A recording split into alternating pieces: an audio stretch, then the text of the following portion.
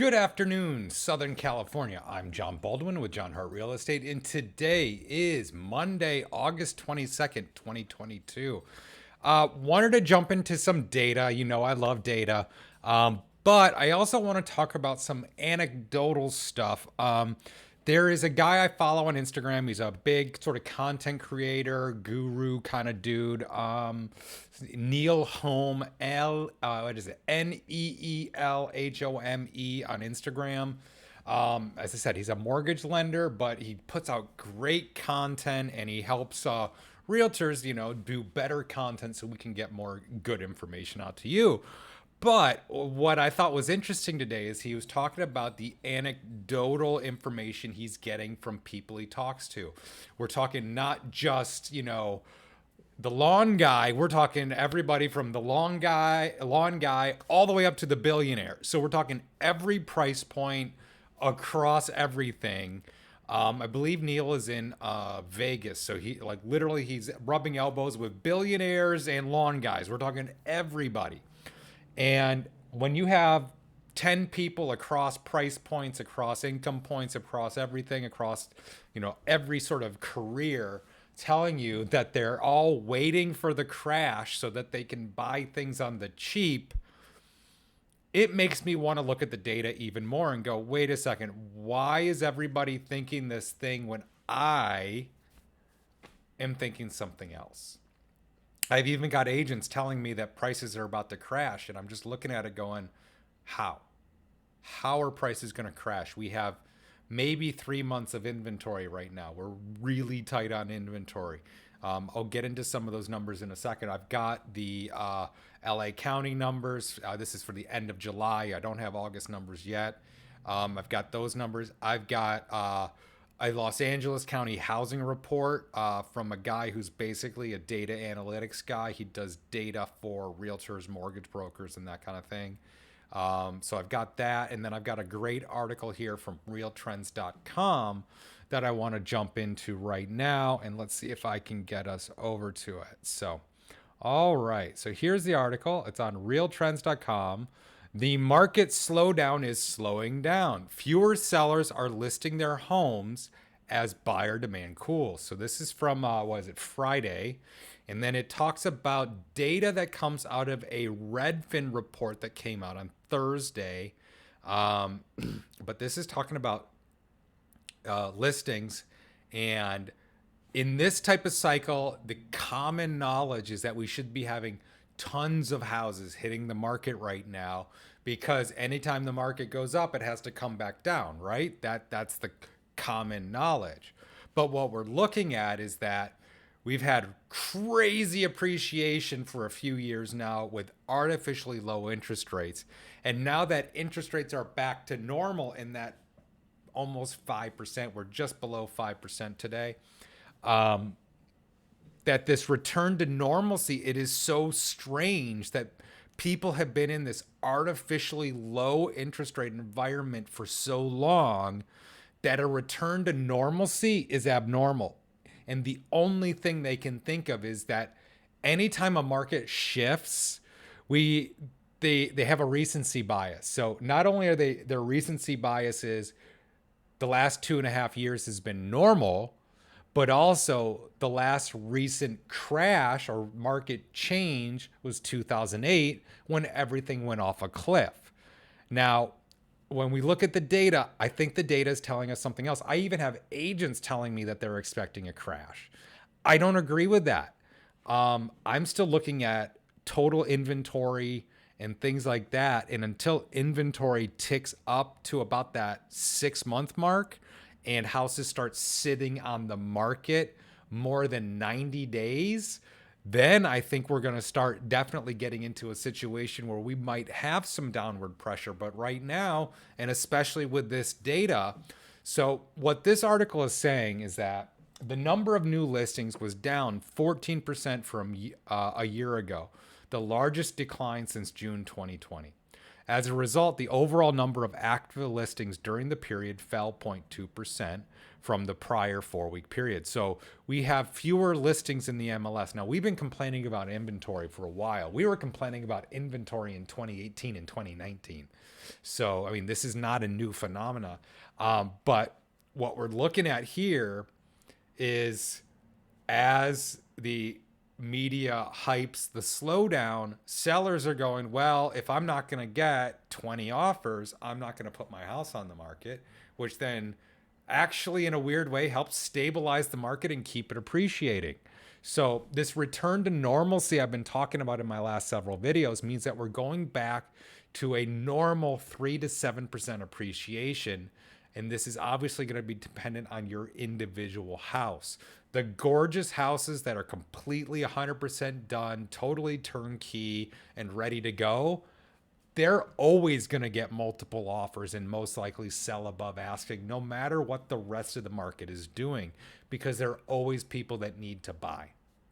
There are always people who are moving into an area, and so that's not an issue. The gorgeous houses are always going to sell for top dollar. 99 times out of 100, I would say they're probably going to get multiple offers no matter what the market environment is. It's the houses that need work that are now starting to separate out. And this happened during, the last cycle too, is that as things shift, change, instead of everything selling for top dollar, we're now going and separating out. And so the gorgeous properties are going to sell for top dollar, and the ones that need work, people are going to start going, hey, last year I would have said I need to buy the house for, let's say, $1 million, and if it needed $100,000 of work, that $100,000 came on top of the purchase price. Now I'm looking at it going, that house may be worth $1 million. Once I put $100,000 into it, I'm not giving that seller $1 million for it. I may give them 900. I may give them 925. I may give them 950. Depends on the situation. But you're definitely not giving top dollar, and you're not going to do it purchase price plus. You're going to do it purchase price minus. And that is a shift that I think not a lot of people understand, is or need to understand, is that we've returned to a normal market where buyers have more leverage to get concessions out of the seller. Now, there is more important data in this article that I think we need to look at. And I also did this analysis independently last week, right through my MLS has it's called InfoSparks, and I can pull all the data. And I was looking at the data of like what happened with list price to sale price, and we basically dropped in the month of July to selling at 100% of list price as the average. That means some sold above and some sold below, but the average worked out to be 100% of list price. So year over year, we're still appreciating. It's just not at the rate it was before. So actually, here's some data right here. Although the share of home price cuts is holding steady, home price growth has slowed, with the median home sales price rising just 7.7% year over year to 373.750. So that's a national average, but this is what we're talking about. The 7.7% year over year. That is a price appreciation. You are making money. So it's not the 19 or 20% that we've been used to seeing for the past couple years, which was caused by artificially low interest rates. So this is all good data.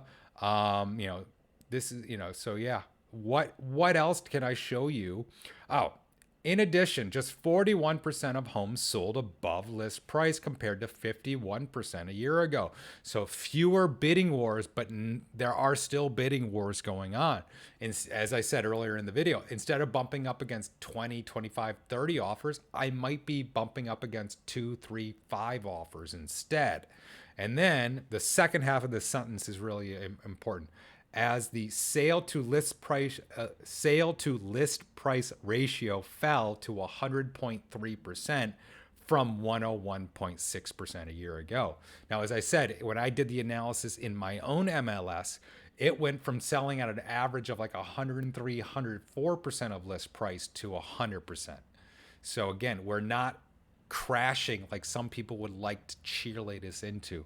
The data isn't pointing to that. The data is pointing to very slow growth probably next year, and then we're going to start coming back up out of it the year after that. And This is just, I like to look at the data. Don't let the media cheerlead you up or cheerlead you down, because they need to look at the data and not just sentiment. Um, a lot of stuff going out there about, builders are pulling back because they had priced everything based on artificially low interest rates. So they're pulling back. That's going to actually tighten supply even more and cause the resale market to have more bidders. So we have more buyers in the resale market because the home builders are pulling back.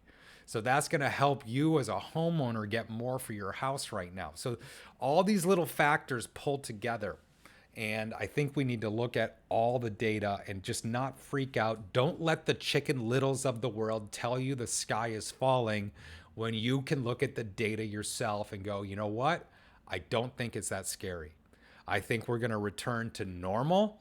That if your house is gorgeous, it's going to sell for top dollar. If your house is not gorgeous, you might want to do some work to it before you put it on the market, or temper your expectations and drop your price to be accurate, because accuracy is the key to this market. If you price your home correctly, it will sell. If you price it too high, you're going to end up having reductions, and you will most likely sell below where you should have if you priced it correctly from the front end. So let me jump into some more data here. Yeah, just because so many people are jumping to the conclusion that home values must plummet does not make it so. Merely mention a recession and everyone's collective minds recall the devastating blow to housing during the Great Recession. Instead, homeowners across the country purchased their homes with huge down payments, extremely strong credit scores, money in the bank, and qualified for their mortgages. Buyers over the past many years have not been purchasing homes utilizing subprime loans, pick-up payment plans, teaser rate adjustable mortgages, or zero down programs. This is not 2005 to 2008 all over again. So this is from this is a what is it? Reports on housing. This is something that gets sent. You have to sign up for it directly with this data analyst. This guy's really good. And but many buyers are looking for a deal or waiting for the housing market to crash before they purchase, but that is not going to happen anytime on the horizon. That is the tagline he put into this latest report. And this is what I'm trying to tell everybody, is that, look, we may be returning to normal, but just because the market has shifted doesn't mean we're going off a cliff.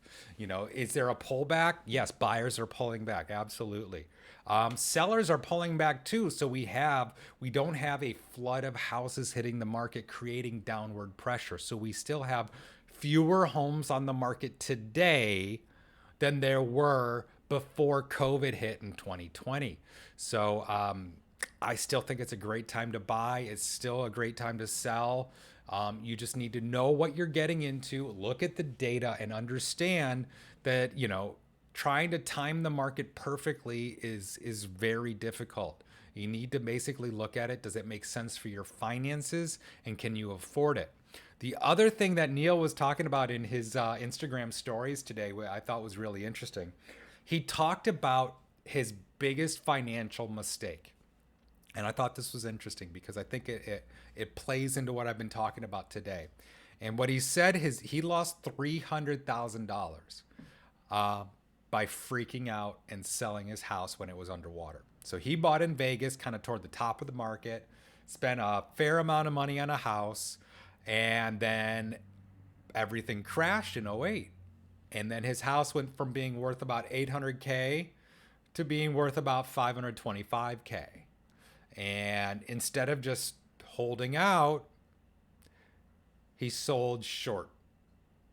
He lost about 300K after commissions and everything. So that was a big mistake. And now he said he looked at that same house, and what is it worth today?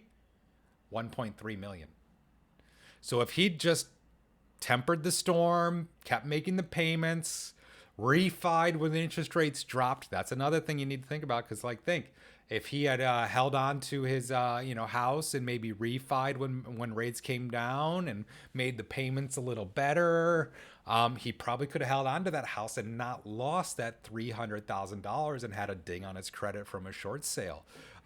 But even the best of us can make mistakes, and he's now looking at hindsight's 2020, and he's like, you know what? If I just figured out a way to hold on to it, I could have been in a $1.3 million house and not have lost that $300,000. Plus, think of that timeline. Here he is, probably, I'm guessing, probably 15 years after he bought that house.